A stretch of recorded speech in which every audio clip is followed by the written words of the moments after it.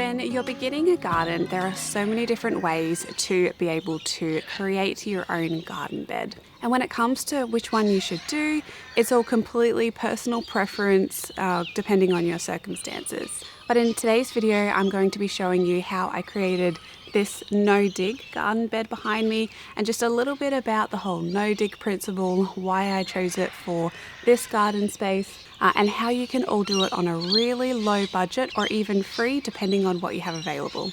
Right, so I'm joined with a cup of coffee this morning and the roosters and the chickens are making noise in the background, so it's kind of creating a nice little homestead vibe. But we have been really busy since the last video that I uploaded, which was the garden tour of this new space. I've gotten right into it. I had some spare time in between the different jobs that I was transitioning to, and I really wanted to get a head start on the garden behind me. Now, I kind of mentioned in that video that this garden behind me is going to be my Zone 1 permaculture patch. I'm not following the exact zones of permaculture, but if I had to describe what this garden was going to provide for me, it would kind of be in that Zone 1 category where you have a lot of your greens and herbs and vegetables that you use on a daily basis. And that's because this is right next to the house here. This garden was a little tricky to design because it didn't have a garden here before. It was all just grass right next to the house. So it was a little tricky for me to envision exactly what I wanted the garden to look like, what kind of style I was going for. But I ended up going for some more like weaving pathways through this area so that I kind of broke it up into 4 different garden spaces. And you'll see behind me, I have already started filling in the first garden bed. This garden is just going to be filled with kind of whatever I have on hand at the moment. I've got some seed starts that I'll share in my next video, all the things that I'm growing, but predominantly this is going to be just things with lower and shallow roots because there are some pipes running under it. We've got the water lines running under that side of the garden, so I was really mindful in terms of how I wanted to design the garden bed, and a no-dig garden bed was really great for this space. So I pretty much created this garden for free.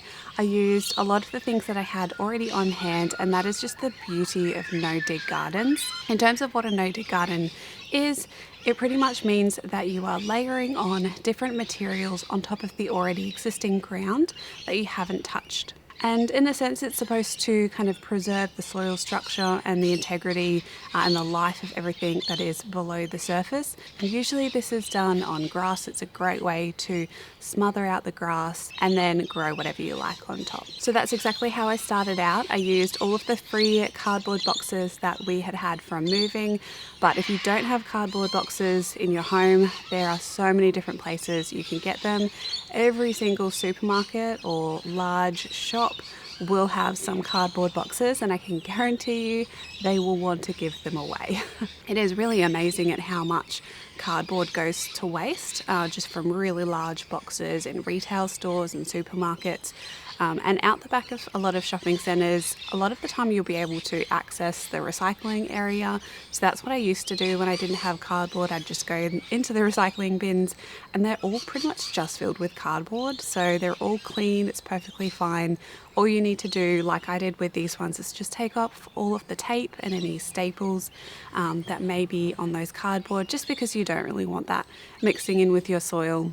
So once I've laid the cardboard down, I like to give it a really good water, and that's just because water is life. You want to be thinking creating an ecosystem when you're creating a no-dig bed. So I like to water every layer that I put down after I put it down, just to make sure that there's moisture in there, because if there's moisture, then that's going to allow for a lot more life than if it was just really dry. It's also just going to then allow everything to break down easier and a lot quicker. So once you've got your cardboard down, this is the fun part. I also should have mentioned that you can fork the ground before you put cardboard over if you do have really hard compacted soil. I'm probably going to do that with the other beds not, turning the soil or anything, just sticking a fork in the ground and lightly lifting it up is another option to kind of create a little bit more airflow in that bottom layer. But yeah, once you've got your cardboard on, this is the really fun part because you can start to add your no-dig ingredients on top. And I'll include some ideas in the description box of everything you could potentially use as a no-dig kind of material. A lot of people just use, like a thick layer of manure on top of the cardboard or compost, which I would have done if I had some on hand, but instead I chose to use things that I already had on hand. And you can see all of the grass in the backyard. It's also summer, and the grass was growing a lot. So after the area was mowed, I was raking up a lot of that grass clippings, and that was my first ingredient for my no-dig garden bed that I'm sure a lot of you will have on hand, or if you don't, then maybe your neighbours will. The next ingredient that I am using in this no-dig garden bed was seaweed or seagrass that I picked up from just down the road near the water. We are so lucky to be able to live on the coast and all up and down the southeast New South Wales coast. There's a lot of different seaweed and seagrasses that you are permitted to take a certain amount per day per person. So I think it's about up to kind of 20 kilos per day per person, but just do your research if you are ever taking anything from the natural environment.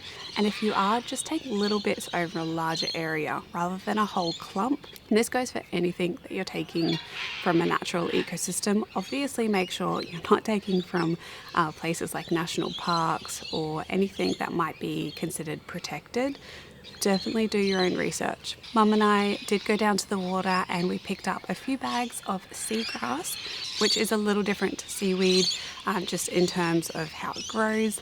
And there is an abundant amount around here that washes up usually when we have really stormy days here. And that was the next ingredient that I was using for this no-dig garden bed. And those were the two main ingredients. And again, you can use a combination of different ones. These were quite high in nitrogen, which is good because they will break down really quickly and they will help to break down the really thick layer of cardboard that I had, which was the carbon layer. You kind of want to be creating like a mini compost system if you're doing this kind of lasagna no-dig method. If you're just putting compost down, that's perfectly fine. I put thin layers of grass clippings and then some seagrass, which was already semi-broken down into kind of part compost in a lot of the areas, and then another layer of grass and then some seagrass. And it's already broken down quite a lot now that I'm looking at it. But there are a few ingredients that you can purchase that are generally pretty cheap as well. So you can do this all on a frugal basis to help kickstart that breaking down process. So the two ingredients that I did purchase were some sugarcane mulch. But again, if you've got any other type of mulch lying around, you could even dry out your grass clippings and use that on the top. But I've put a whole kind of cap layer of sugarcane mulch over this no-dig garden bed, and what that does is it caps it all to then allow for every single layer to break down, rather than if you didn't cap it then that top layer would kind of in a sense turn to mulch. I want all of those ingredients to break down over time. Also, the sugarcane mulch acts as a carbon layer, which is also going to help as everything breaks down and the microbes move throughout it, and even the worms, to help provide that extra carbon layer for all of the nitrogen that's in the bed. One other thing you can buy to break things down is some blood and bone, or any kind of fertilizer that has blood and bone in it. Lime is also a really great option, but we picked up one of these. It was pretty cheap. I don't even think it was $10 or so, and this will last quite a long time. And what you could do is sprinkle this throughout the layers as you are going. I didn't have it at the time, I just picked it up. So what I'm going to do is just sprinkle a really good layer of blood and bone over the top. And it's been raining over the past few days here, so I think the rain is going to help settle it in, and then this will also kind of kickstart that pile to help break down. In terms of how you can plant into a no-dig garden bed, I'll show you in a video, and I have kind of shown before how I do that.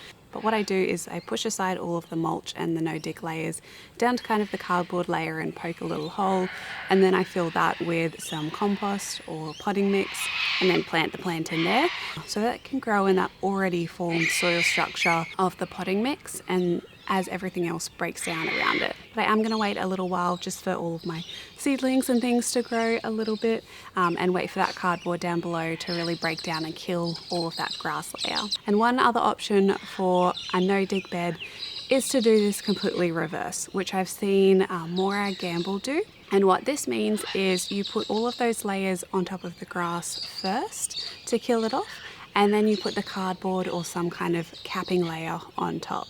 So I could have done this in this bed here, but I chose to do it the other way around and put it straight onto the grass, just because I know I really do want to kill this grass just in this area, because I think it may be a little bit persistent in terms of wanting to grow up and out the sides. So we'll see how I go with that management. But yeah, another way that you can do this is to flip it around and put the cardboard on top. So I hope you enjoyed this video of how I'm creating my garden beds. I might be doing this for all 4, I might not, I'll see how I go. But for now I just really wanted to get at least one garden bed done. Makes me feel a little bit better that I have a garden space to work with, and I have a lot of plants around me that I'm going to be doing a plant haul in my next video, so you'll be able to see kind of what my vision, what my design is for this garden space. Yeah, I'm really excited for all of the gorgeous plants that I have, and just the plans for this garden. So let me know if you have ever tried the no-dig garden method, what kind of ingredients you like to use, and if you've had any success or not. Again, there are so many different ways, and like I said at the start, it's completely personal preference. So don't let this sway you to definitely do it this way. Just evaluate what you have and how much money you want to be spending. If you want to do raised beds and you have the money for that, then go do that, particularly if that's easier for you to bend down and work in the garden.